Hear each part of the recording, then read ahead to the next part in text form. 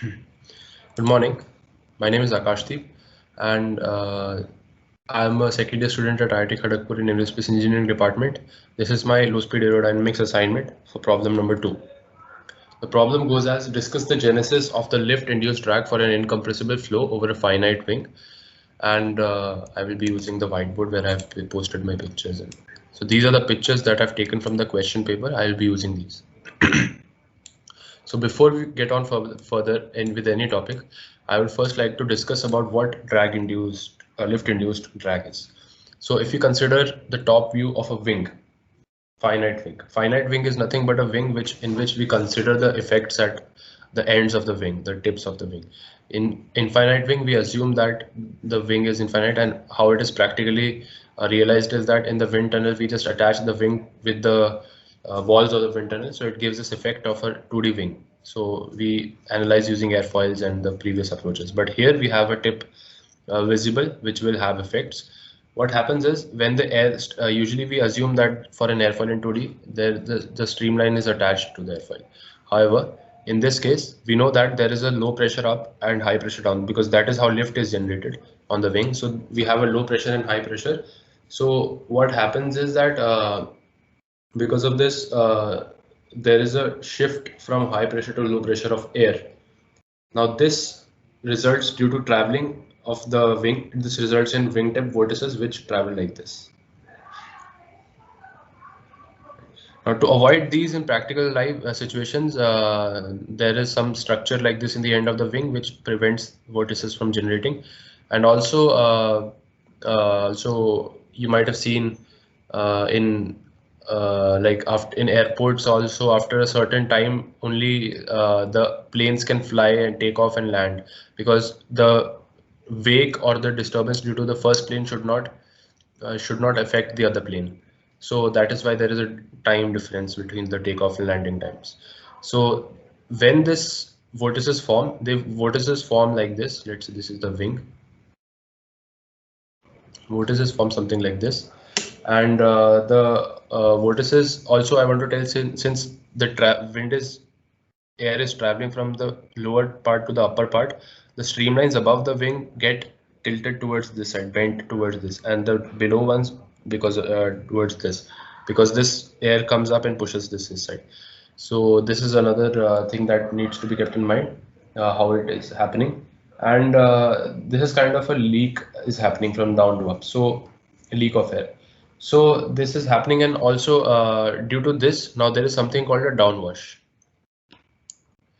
Downwash is nothing but the air that is basically the vortices tend to drag the surrounding air around with them, and the secondary movement induces a small velocity component in the downward direction at the wing. This downward component is called downwash, which is denoted by W. Now, if I had explained using this picture that have been taken from the question paper. So this was the initial, this is our initial velocity relative. However, due to downwash, this has become this. Effectively, it has become this. So now the angle of it has tilted by an induced angle of attack, that is alpha I, and because of this, since this is the local v stream velocity, the lift is also tilted by the same angle alpha I, and this has a component horizontal, that is nothing but a drag, induced drag. So this alpha effective, that is the angle between our relative local velocity and relative velocity and the geometric angle of attack, is the basically initial angle of attack that we had previously studied in the previous infinite wing assumptions as well.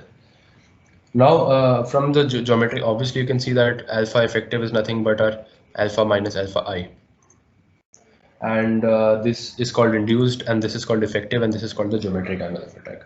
Now this is how this angle of attack is being produced. Now and due to this induced angle of attack, there is this induced drag, and this is the concept of induced drag basically. In very brief terms, I will explain it further, and I'll explain how I'm going to approach the problem statement later, and I'll explain my approach. And also before we go to that part, I'd like to give two more ways to understand the induced angle of or drag induced. So You know that the wingtip vortices contain a large amount of rotational and translational energy. Obviously, because, sorry, yeah. So the wingtip vortices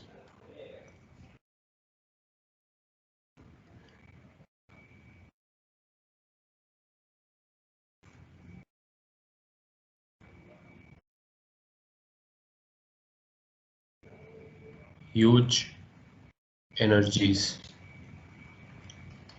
Now these energies have to come from somewhere because of law of conservation of energy. So energy has to come from somewhere because again, yeah, so it is ultimately provided by the aircraft engine because that is the only source of power associated with the airplane. So since the energy of the vortices have no useful purpose at all, as far as we can concern general cases, this power is essentially lost. So extra power provided by the engine that goes into vortices is the extra power required from the engine to overcome the induced drag. So this is energy wasted, which can be translated and which can be understood in terms of drag. So this is how we can understand another way, or maybe another way that we can understand is that our three-dimensional flow, as I had explained earlier, that there was a bend of streamlines. There's a bend of streamlines. Because of that, you can see easily that the three-dimensional flow has been altered. The flow is altered. Flow is altered, and because of that there is a pressure imbalance. The new pressure imbalance.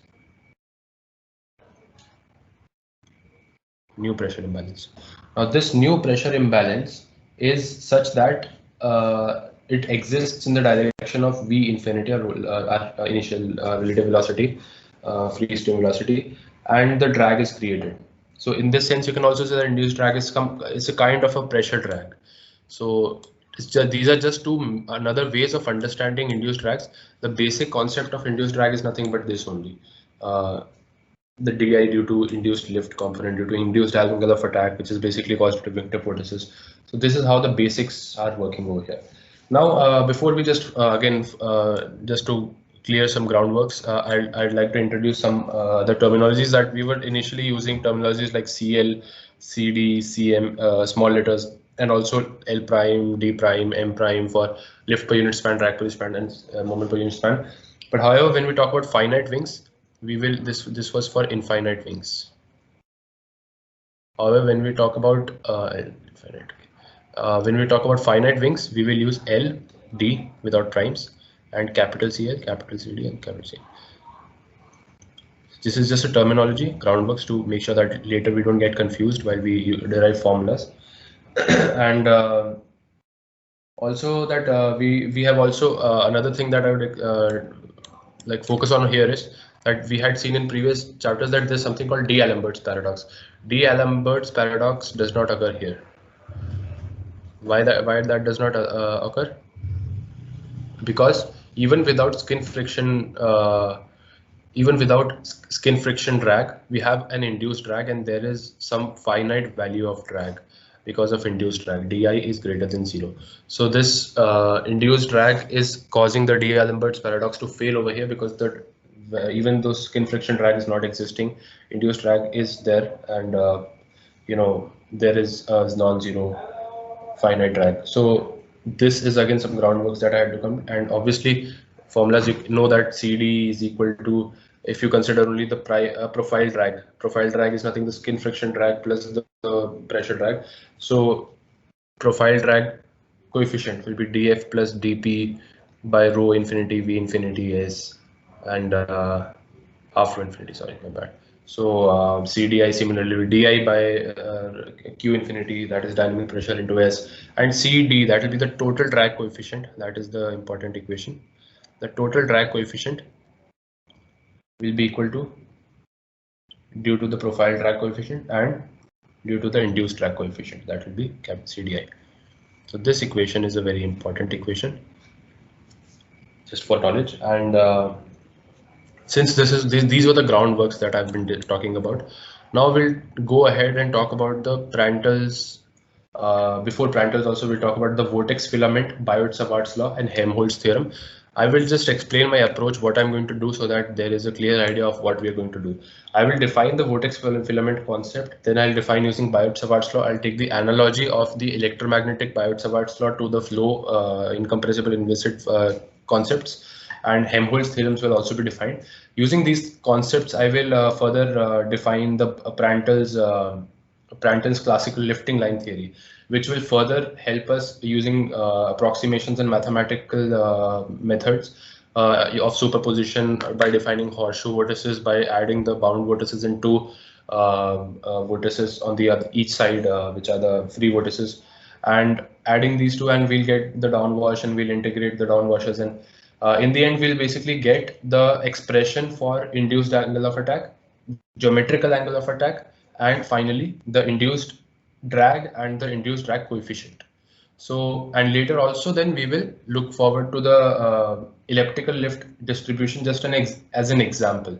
So this will be my approach to be followed in the next remaining of the presentation, and with that we will be able to understand the genesis and the measurement methods and mathematical details of the lift induced drag particularly for a incompressible finite wing.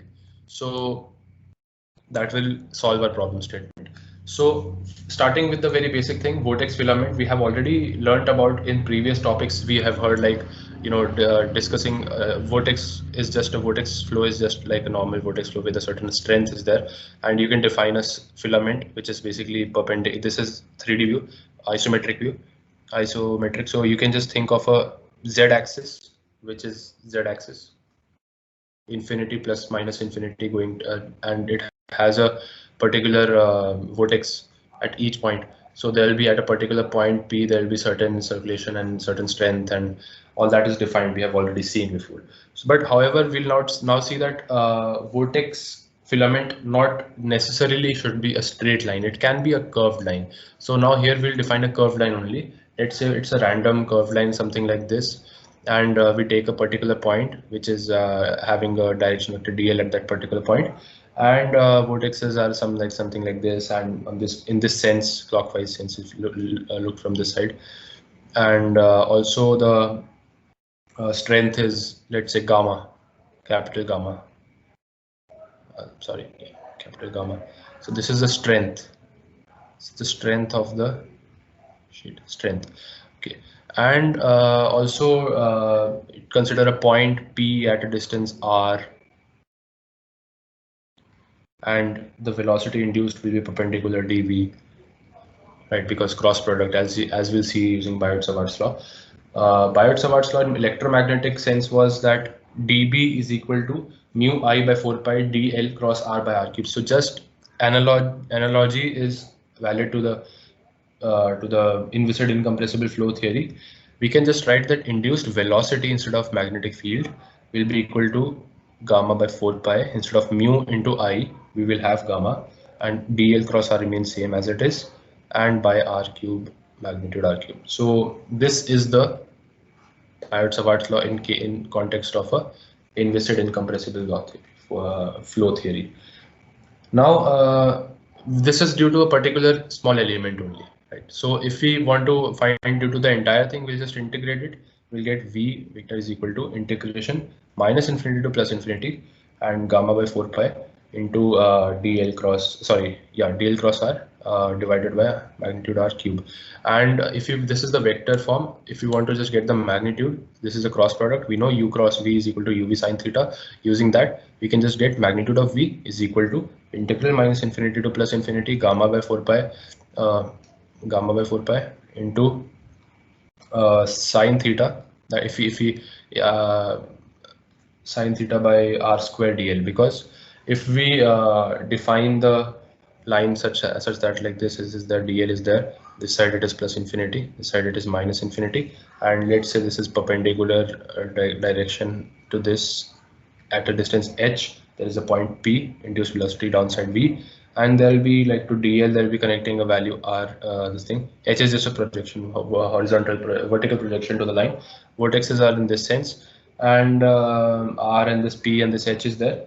So that is how we can just define like this. I mean, mathematically, you can just verify it is coming. It comes out to be this.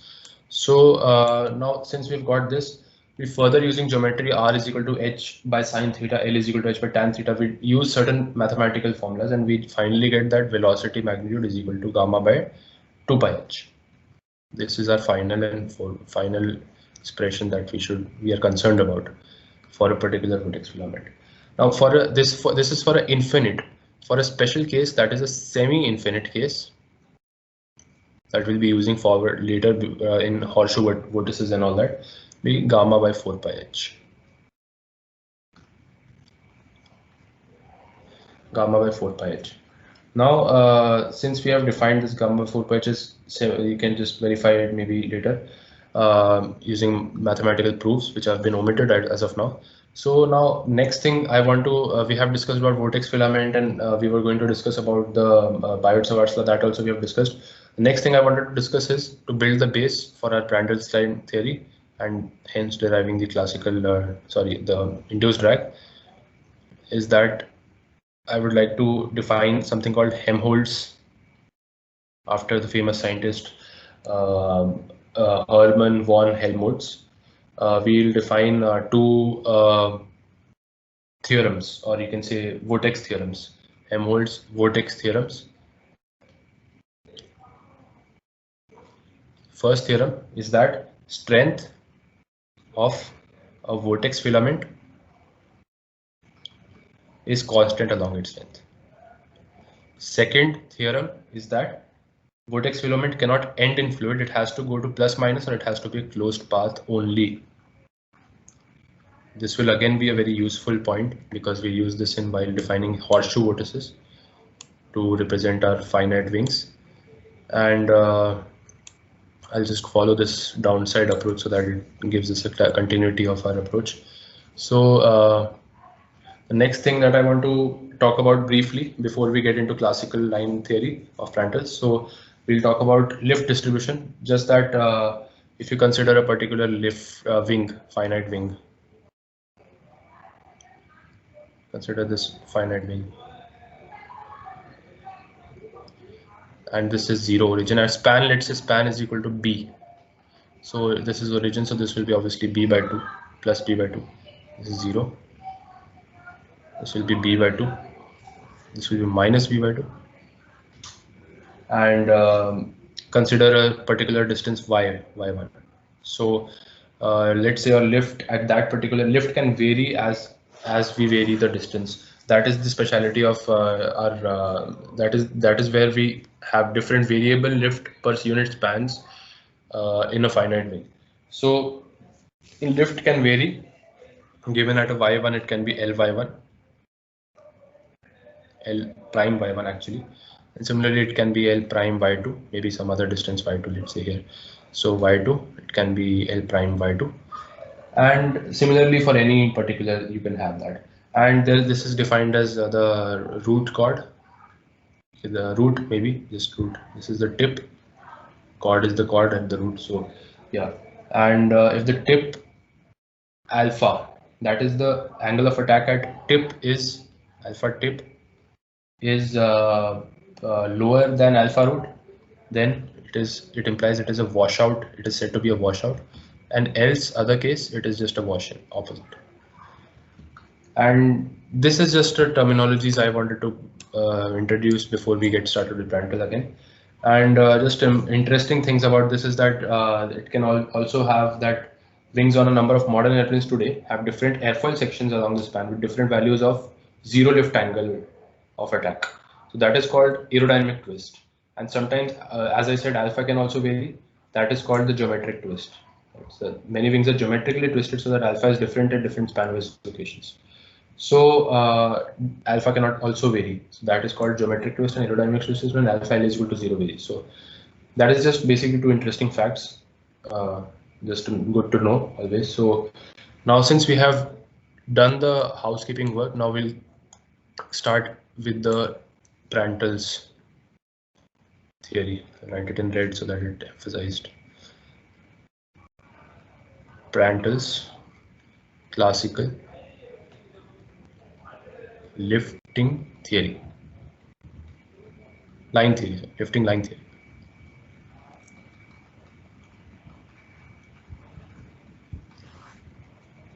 All right. So Prandtl, a very famous scientist again, Ludwig Prandtl, and he had reasoned that a vortex filament of strength gamma, capital gamma, that is somehow bound to a fixed location in a flow is called a bound vortex. As we'll get to know it better when we'll discuss, like we'll talk about in terms of an airfoil. It will experience a force as per Kuttas-Joukowski's theorem, again L is equal to rho infinity V infinity into circulation. And there is another type of vortex called free vortex, which moves with the same fluid elements throughout a flow. So if you consider again this particular finite thing that we are taken and look at it from a 3D point of view, and along its span you just define this particular vortex line. This is called bound vortex, right? However, now why I was discussing about Helmholtz laws, because now we'll talk about using that. Second law states that it cannot end in a fluid, the vortex. So it has to be define something called trailing vortices, both sides, so that it goes till infinity and it obeys the Helmholtz laws. All right, so we have defined this, and this combined bound vortex combined with the two free vortices, trailing vortices, is called a horseshoe vortex. So this is called a horseshoe vortex. It plays a very important role in defining the behavior of a finite ring when we'll combine infinitely many horseshoe vortices to get a particular reaction from the from the resultant. And if we just try to look at it, we can examine that no velocity will be induced by the bound vortex along itself, as per Helmholtz law again, and the two trailing vortices both contribute to the induced velocity along the bound vortex, and both contributions are in downward direction. So that is giving us a physical field of downwash. So that is basically nothing but downwash itself, represented by a W, and it will be a function of y again, because because obviously like downwash, this depends on the distance, right? The downwash W that using we derived earlier also for a 2 pi lambda by 2 pi v 4 pi v, sorry, for sine semi-infinite 4 pi r, sorry, yeah. So this depends on the distance. So that's how we'll define, and W of y will be equal to minus of gamma 4 pi b by 2 plus y minus gamma 4 pi b by 2 minus y. So this will give us the net downwash that the velocity at any point y along the bound vortex induced by the trailing semi-infinite vortices. So this is, we'll get this. And I apologize for not using much of these diagrams because I'm speaking more of it and I'm drawing while I draw for it. So I'll get to this, I'll get to explaining. This is the nothing but finite horseshoe vortices and infinite horseshoe vortices.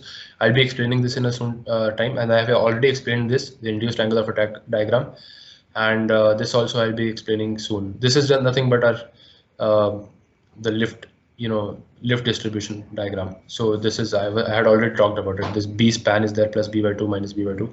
So I will have also talked about this. This is nothing but the very initial topic that we were discussing. So we'll discuss about these two diagrams in a while. So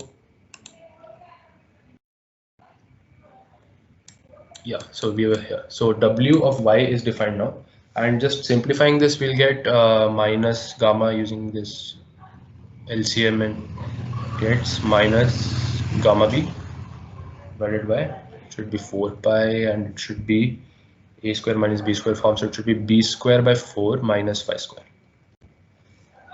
So this equation is finally the equation that we get, and you can just define, you can just draw here also the downwash. It'll be here like something like this, and something like this. All right, so we have defined the final this thing, and downwash due to a single horseshoe vortex has been defined by us now. Now what we'll do is we'll define finite. First, let's say we just take, you know, some 3 or 4 number of horseshoe vertices and add them up together. How will superimpose? I will explain using the diagram that I used from the problem question paper. Yeah. So we will add them like this. Like basically, when we look at this, the outermost trailing edge and this outermost trailing edge from either side and this bound vertex will form one horseshoe. Second last and the connecting this will form another. Third last will form another. So like this will form, and this will form a increasing in the center gamma, and again decreasing towards the edges. So gamma is maximum at the center because obviously the circulation at the center is the sum of all the horseshoe vertices, but as we go away towards the edges, it is not as much getting added. So that is why it has this particular nature. It is always a curve which is like increasing in the center and very high in the center and very small in the ends. So that is how it is working over here.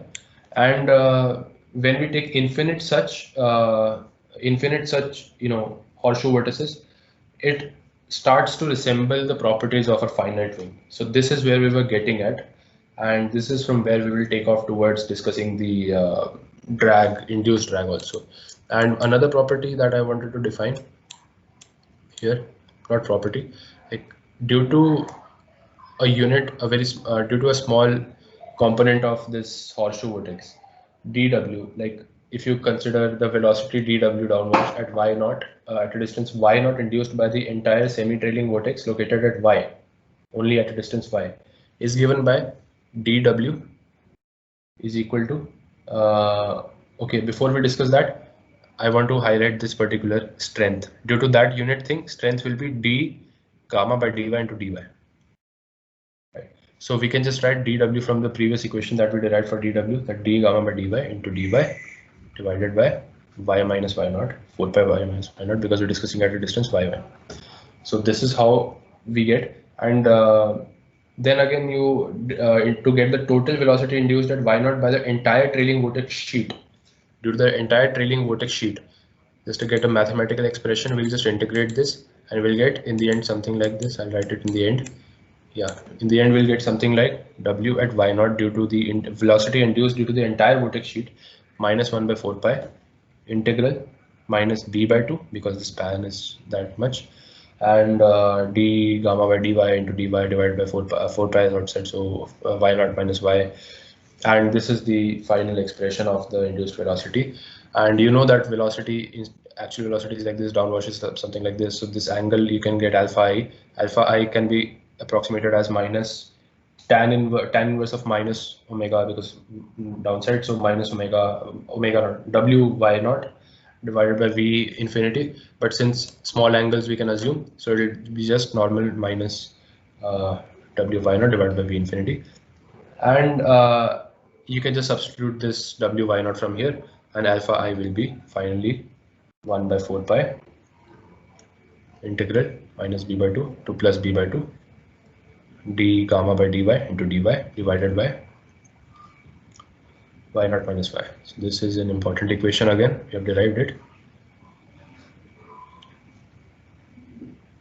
and again using the standard Kutta-Joukowski's theorem, lift per unit span is rho infinity v infinity rho gamma of y naught, right? Because even gamma varies, so that's why this is per unit, I mean at a distance y naught. So I'm just writing it like this.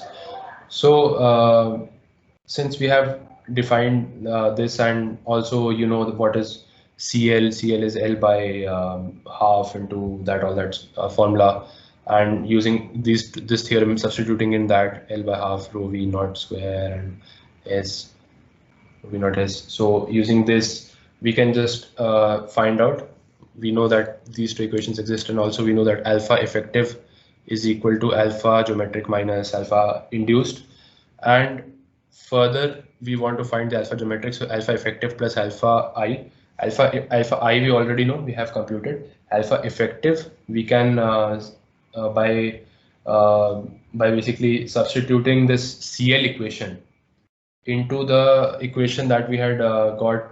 Okay, I have not discussed that equation. So CL can be written A naught, that is the slope, into alpha effective Y naught minus alpha L equal to 0, nothing but the straight line equation. So 2 pi, because for a thin airfoil, slope is 2 pi, alpha effective Y naught minus alpha L equal to 0. We'll get CL. So now substituting this alpha EF effective and alpha I, we can get the total geometric not induced angle of attack, proper angle of attack at the distance Y naught. The distance Y naught we can get as the addition of this with the huge equations we get. I'm not writing down the equations because they are written above. So huge equations, we'll get this formula and we can get a known equation of alpha. So this is the fundamental equation actually. Okay, so this alpha from here we can just take up, and alpha I we can take up from here. So this is the fundamental equation of Prandtl's lifting line theory, and it simply states nothing but geometric angle is equal to sum of effective plus induced angle. Just a way to calculate it. And alpha effective is expressed in terms of gamma, alpha I is expressed in terms of integral containing d gamma by dy, and all these other quantities are known for a finite thing like alpha c v infinity, alpha L is equal to 0, and so on. So we basically span is also known for us. So we basically just get a very fundamental, this is a huge equation, but it speaks very simple words, and that is just that alpha total is equal to alpha effective plus alpha I.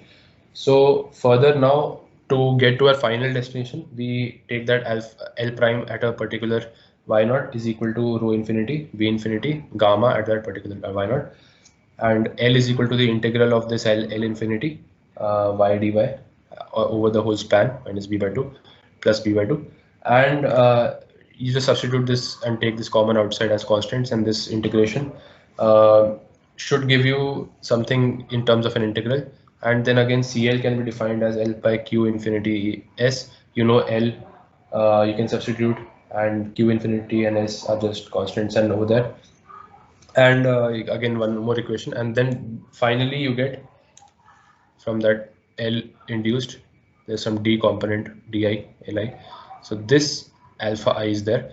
You should get di prime for a particular span, unit span, alpha I, sin alpha I, because sin alpha I is very small, so alpha I is equal to sin alpha. Alpha is very small, so this we get, and Li prime we again get from the above equation. We already have derived that, and di we get as an expression finally, which is a very important expression again, rho infinity v infinity integral minus b by 2 to plus by b by 2 gamma of y alpha I y dy.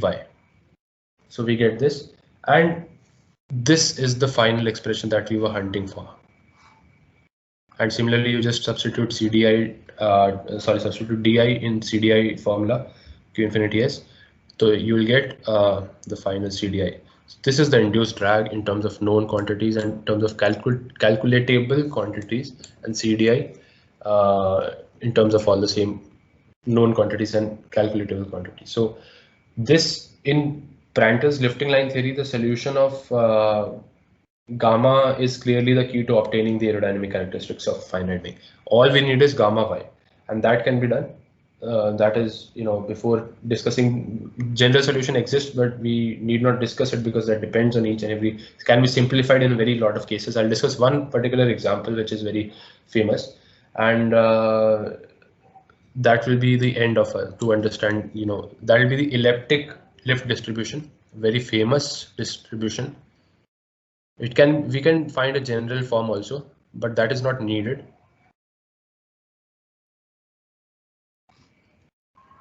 Because elliptic, I'll just write elliptic. Okay, elliptic lift distribution. Okay, elliptic lift distribution. Now elliptic lift distribution is nothing but that a gamma y is of the form gamma naught into 1 minus 2y by b square. So this particular form is called elliptic form, and in this gamma naught is the circulation at the origin. It is at the origin. So if I want to represent it, let's say, I mean, should I represent? Okay, I think I can represent it by a diagram. That if I want to represent this gamma naught that is at origin, so okay, I think it's not needed. So we can just talk about gamma is the origin at circulation at origin, and circulation varies elliptically with distance y along the span. That curve that you see on horseshoe vortex, infinite horseshoe vortices like this curve will be an ellipse, because this is, yeah, so distance, it varies with along the span, it varies elliptically, and it is designed elliptic circulation distribution.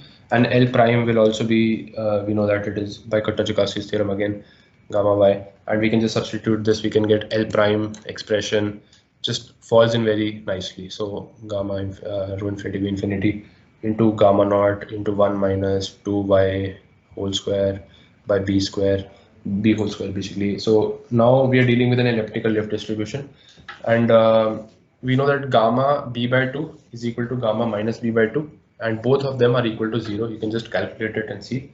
That is the speciality of elliptical distribution, and it goes to, I mean, it is generalized for all cases, because obviously gamma has to be 0 at the wingtips. So that is why it is 0 always, not especially in this case. So let us calculate the downwash. So downwash to calculate, we need to have this del gamma by del y, and that if you differentiate, you will get a very big expression, that is some minus 4 gamma naught by b square y by 1 minus 4 y square by b square into okay, root of this. So you'll get something very big like this. And so just substituting in the w by of y naught equation, you'll get something. And by making some substitutions and solving the integral, we can easily get that basically we take some substitutions in terms of polar terms. So in terms of theta, so instead of y naught, we substitute it into theta naught. We change the dimension, change the variable from y naught to theta naught. So it becomes w of theta naught is equal to minus 2b mega naught by 2b, which states that downwash is constant over a span for an elliptic lift distribution. Downwash is constant for an elliptic case, right? This is a very important property. For an elliptic, it is constant over here. We can easily see that. And again, following the other further steps to calculate alpha I formula, that is minus omega of y naught, or omega just in general, v this thing, we'll get this is equal to this 2b v alpha, again a constant. So for an elliptic lift distribution, induced angle of attack is also constant. This is also constant. It's a very important point again.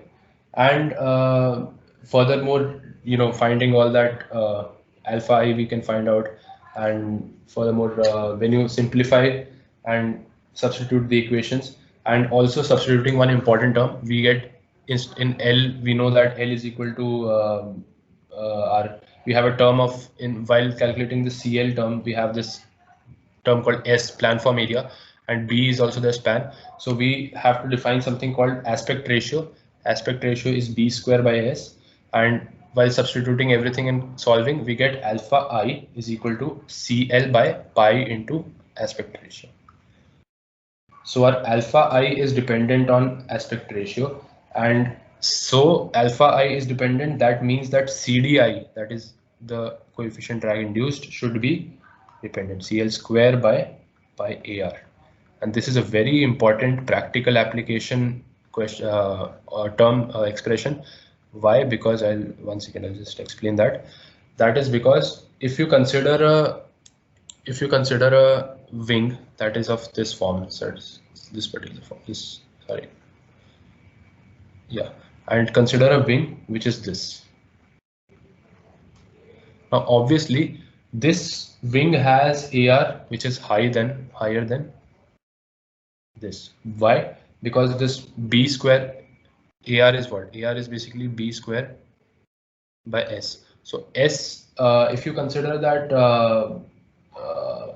if you consider like, let's say the S is same. So B here is more. So B here is more, AR is more, and AR2 is more. So if you consider this aspect ratio is more than this kind of wings will have more aspect ratio and less drag. This will have more drag. So this kind of, it has less induced drag, less DI and more DI. So this is a very practically applicable formula, very practically known equation, and this gives us a very important distribution for elliptical, particularly elliptical cases. And another thing that C of y that I want to discuss, that is the basically chord y is equal to L y by Q infinity dynamic pressure into CL small cl. So this expression is also important because this tells us, this equation is very important because it tells us that for elliptic lift distribution, the chord must vary elliptically along the span. That is for conditions given wing planform is elliptical. Okay, the chord should vary elliptical to get an elliptical distribution. That is how we define an elliptical distribution.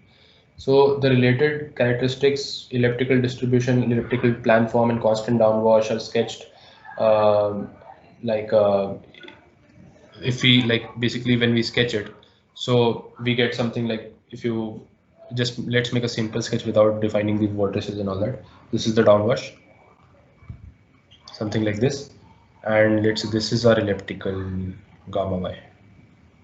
This is our z-axis. This is our let's say this is our x-axis, and this is our y-axis, and this is the elliptic wing that we are talking about. This is the elliptic distribution gamma of gamma y. This is the v infinity gamma y, and w is equal to constant, and w is equal to constant, and alpha is also constant, but it's not visible over here.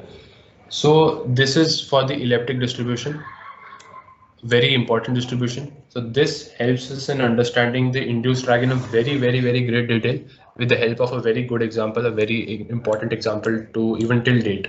And I would not take too much time introducing the general distribution. That will take too much time, but I'll just write down the final formula. Maybe the final formula is that there is something called E variable. There is a variable E. It is CDI for a general case, CL square divided by pi into E into AR. I'll explain this E. In case of elliptic distribution, you can easily see that this E is 1. You can easily see that this particular E is like in this particular case, elliptic case, that E turned out to be 1. So it is just a variable, like it is just comes out when we derive it. There is another variable that is basically delta.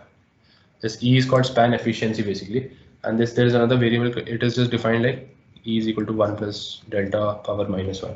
So E is span efficiency basically, another very important quality for general cases. And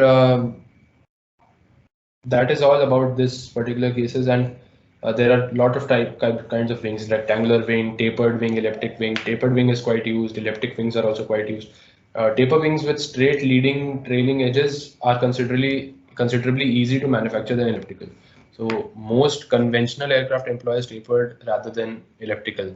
So even though elliptical has so many advantages, that is why tapered is mostly used. Even in Boeing, you see in always famous aircrafts and all these. So with this, I think we have properly defined the problem, solved the problem statement. We have used all the aspects and all the things to define the lift-induced drag for an incompressible flow over a finite wing. We have properly modeled using horseshoe vortex also, and we have explained each of these diagrams.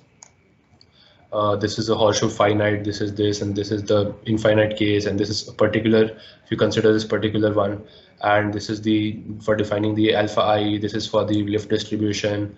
And again, like there are so many different parameters that we have talked about. Aerodynamic twist, geometric twist, chord length we have defined as a function of x or y basically in our case, and alpha I, and this is for general case. and for elliptic we had equal to 1. For all other cases it is less than 1. So I have discussed in very detail with elliptic distribution, but I've not gone very in detail with general, because that is proving that is very time taking, and I've written down the final expression that we get for that. So, and practically also we have looked at so many aspects, how we should design a wing so that our aspect ratio is more. That means our induced drag will be less, and similarly different things like that. Effect of aspect ratio to some extent we have looked, and for a general case we have seen that edges are considerably easier to manufacture for tapered wings than elliptical planforms. So that's why in conventional commercial cases, aircrafts employ tapered. And with this, we have looked at, summarized most of it. And this is my final notes. I have written that all this downwash was constant and elliptical. So yeah, so we have finalized and we have gone through this particular format. And this first part was to discuss about the what is induced drag, DI. The next part was to discuss about vortex filament and Biot-Savart's law and Helmholtz law, vortex theorems, and then applying them to get CDI form particularly, and then specialized elliptical form and practical aspects also to some extent. Yeah. So with this, I end my presentation for question number 2. Thank you.